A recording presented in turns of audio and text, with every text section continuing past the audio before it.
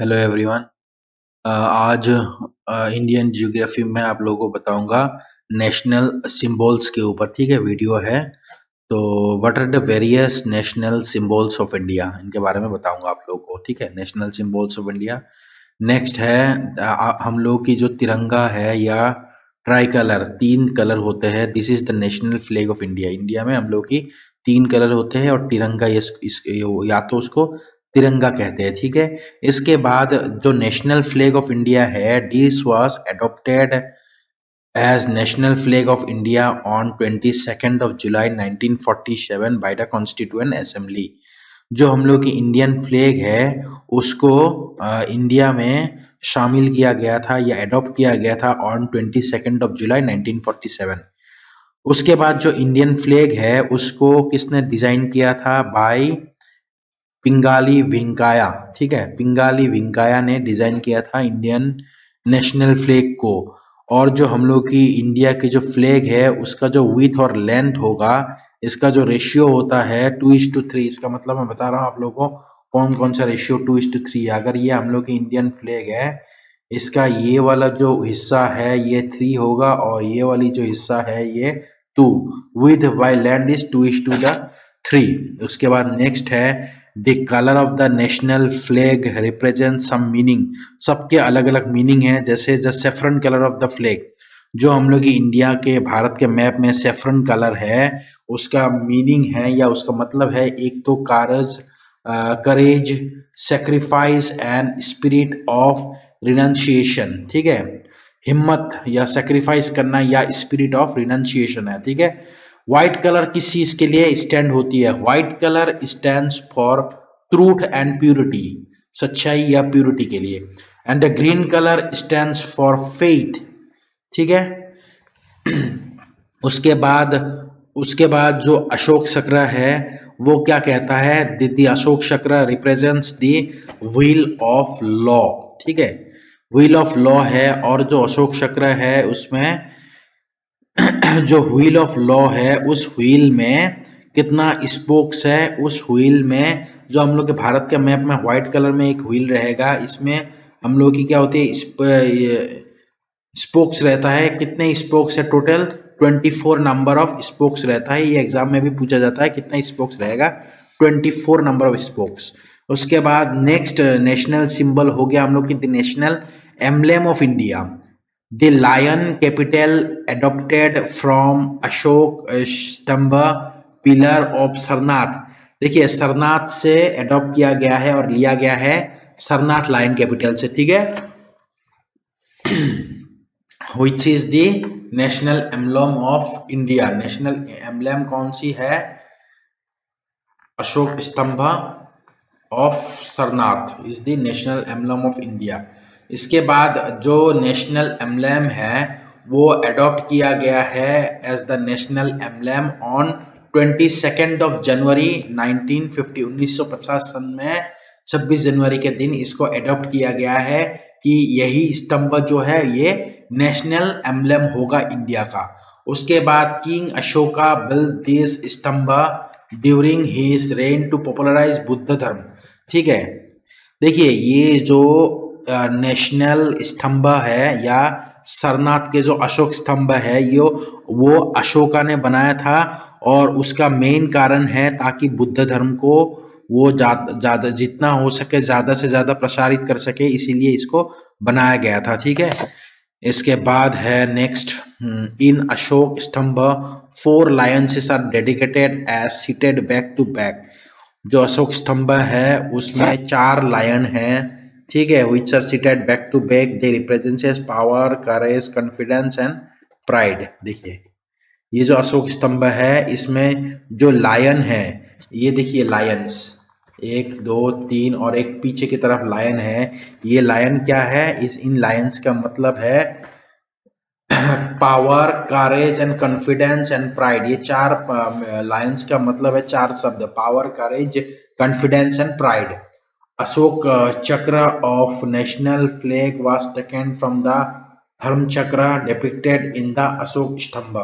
ये जो हम लोग की अशोक स्तंभ में भी एक चक्र है उसको अशोक चक्र कहा गया था जो कि धर्म चक्र से लिया गया है। देखिए ये है हम लोग का चक्र, जिसमें 24 नंबर ऑफ स्पोक्स रहेगा। ये अशोक चक्र कहा जाता है, या तो धर्म चक्र से लिया गया था ये। उसके बाद नेक्स्ट है the word Satyameva Jayate are also inscribed in this Ashok स्तंभ।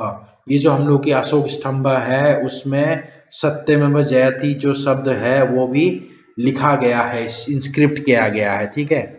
इसके बाद नेक्स्ट है नेशनल एंथम ऑफ इंडिया। ये भी एक तीसरा हम लोग की नेशनल सिंबल है, the national anthem of India. Anthem का मतलब गाना कौन सा है? जनगण मन is the national anthem of India. It was adopted, ये कब लिया गया था?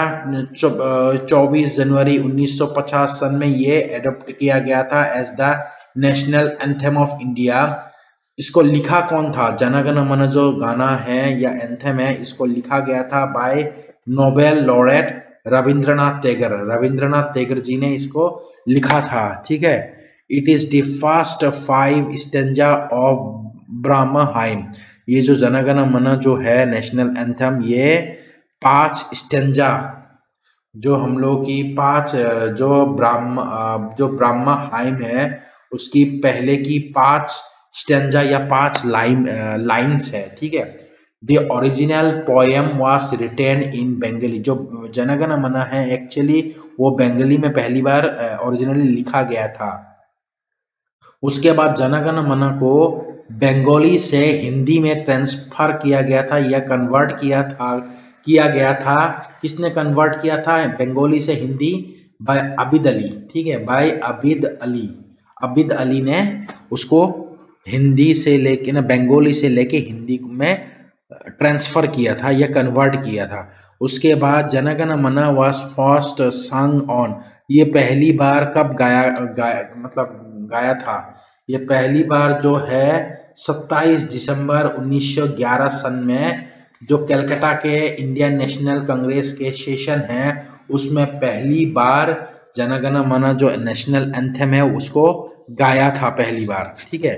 27 कब से कब? 27 दिसंबर 1911 इंडियन नेशनल कांग्रेस की सेशन में, कलकत्ता सेशन में उसको गाना गाया, मतलब उस एंथम को गाया था।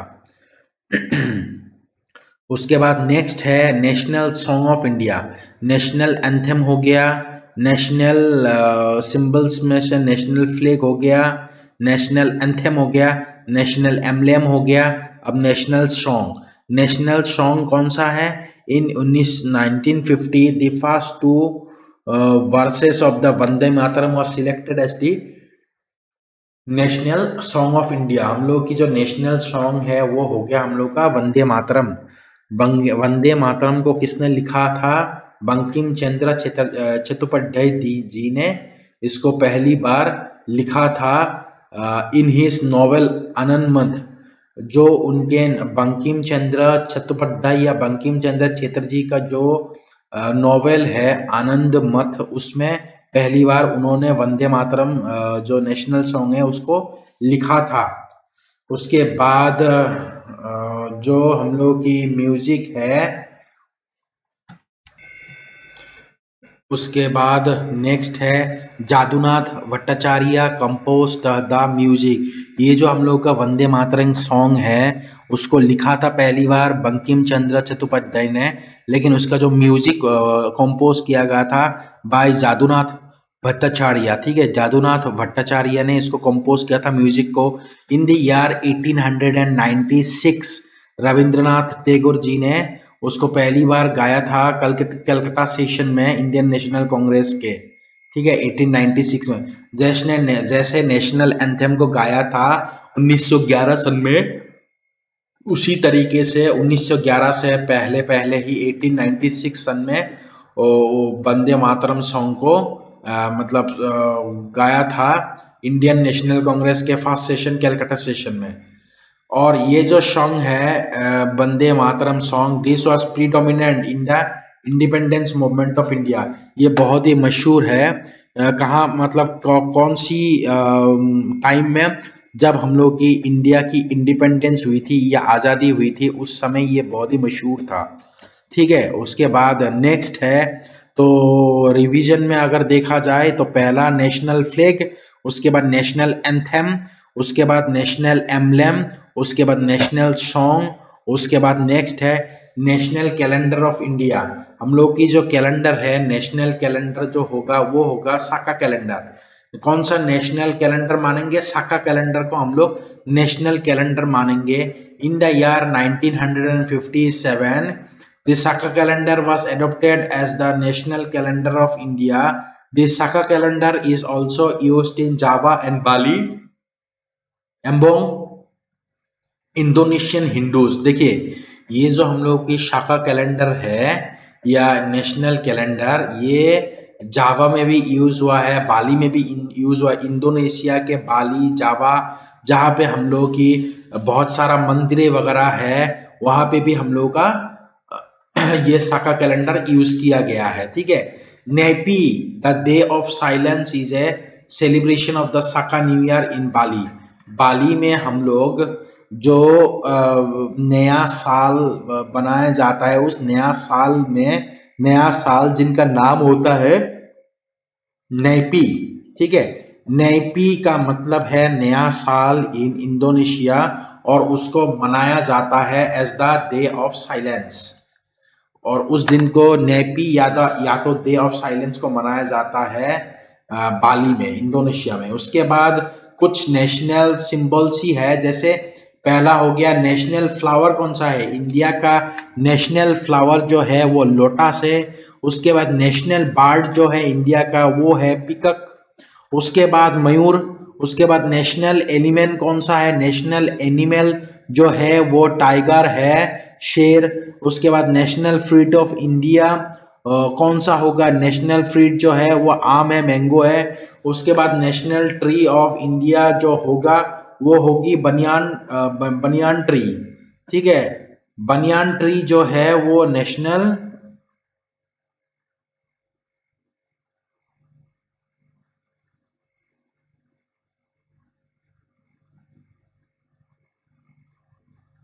ठीक है। तो नेशनल ट्री के बारे में अगर देखा जाए तो national tree is banyan tree. ठीक है, बनियान ट्री। तो फाइनली अगर देखा जाए, एक बार मैं रिवीजन मार देता हूं। नेशनल फ्लैग हो गया हम लोग की तिरंगा पहला। उसके बाद नेशनल एंथम जो कि सरनाथ लायन कैपिटल हो गया, या तो सरनाथ सरनाथ का जो नेशनल एंथम है लायन कैपिटल ऑफ इंडिया। उसके बाद नेशनल एंथम जो हो गया हम लोग का जन गण मन। उसके बाद नेक्स्ट हो गया आपका नेशनल सॉन्ग वंदे मातरम हो गया। उसके बाद नेक्स्ट हो गया national flower lotus, national bird peacock, national animal tiger, national fruit mango, national tree banyan tree. ठीक है। ये हो गया हम लोग के जितने भी है सारे नेशनल सिंबल्स हो गया। इसके बाद नेक्स्ट वीडियो में आप लोगों को मैं कुछ डांस वगैरह के बारे में बताऊंगा कि कौन कौन सा डांस किस किस स्टेट में मनाया जाता है, या तो उनके फोक डांसेस क्या होती है, मतलब इनके जो कौन कौन सा गाना वगैरह या डांस वगैरह जो है वो मनाया जाता है, इनके बारे में मैं बताऊंगा। ठीक है। बाकी अगर आप लोगों को पसंद आया हो तो please like the videos and subscribe the channel if you have not subscribed it yet, and as well as thanks for watching. Okay.